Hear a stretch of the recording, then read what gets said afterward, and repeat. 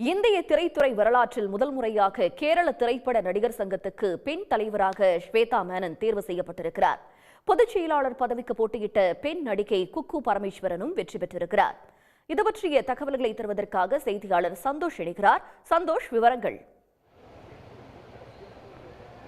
காலையிலிருந்தே பார்த்தீங்கன்னா ஒரு பெரும் பரபரப்பை ஏற்படுத்தி இருந்தது இந்த தேர்தல். ஒரு சின்ன வட்டத்திலான வாக்காளர்கள் தான். அதே போல் கேரளாவில் இருக்கக்கூடிய திரைப்பட நடிகர் சங்கத்திற்கென்று ஒரு வரலாறு இருக்கிறது. அந்த அளவுக்கு ஒரு பழமையான நடிகர் சங்கமாகவும் இந்த சங்கம் இருக்கிறது. முதல் முறையாக கேரளாவில் நடிகர் சங்கத்திற்கு ஒரு பெண் ஒருவர் தலைவராக தேர்ந்தெடுக்கப்பட்டிருக்கிறார். இது நாட்டிலேயே முதல் தலைவராகவும் இந்த ஸ்வேதா மேனன் இருப்பார் என்று தெரிவிக்கப்பட்டிருக்கிறது. அதே போல் பொதுச் செயலாளர் பதவிக்கு குக்கு பரமேஸ்வரன் என்ற ஒரு நடிகையும் தேர்வாகி இருக்கிறாங்க.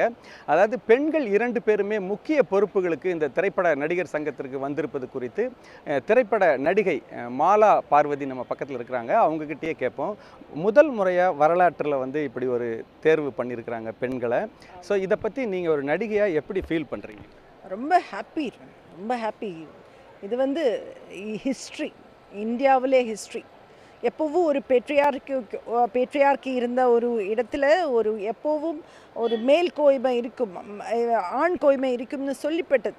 எப்போவும் அப்போ அதுதான் கேட்டுட்டு இருப்போம். ஆனால் இப்போ பாருங்கள் என்ன ஒரு சேஞ்ச். ஹேமா கமிட்டி வரும்போது எல்லாருமே எதுக்கு இதெல்லாம் வேணுமா, தேவையா அப்படி கேட்டாங்க.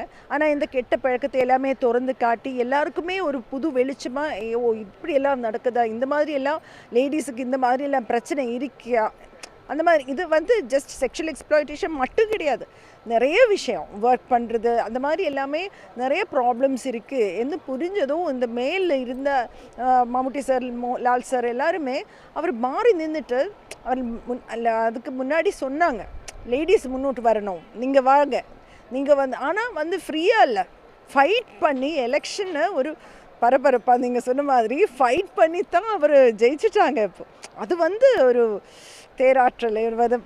முதல்ல we made history. Shweta Menon president, Kukku Parameswaran general secretary, Ansiba joint secretary, Lakshmi Priya vice பிரசிடெண்ட்டாக நிற்கிறாங்க. எக்ஸிக்யூட்டிவ் கமிட்டியிலும் 4 பெண்கள் இருக்க வேறு. அப்போ நிறைய பார்த்தா நிறைய யூஸ்வலாக பேருக்கு ஒரு 1 or 2 விமன் இருக்கும். ஆனால் இப்போ நிறைய அவருக்கு நிறைய சேலஞ்ச் இருக்குது, சும்மா ஈஸி இல்லை. ஆனால் இவர் நல்லபடி அவர் பெர்ஃபார்ம் பண்ணால் இது ரியலாகவே ஒரு ஹிஸ்ட்ரி ஆகிடும்.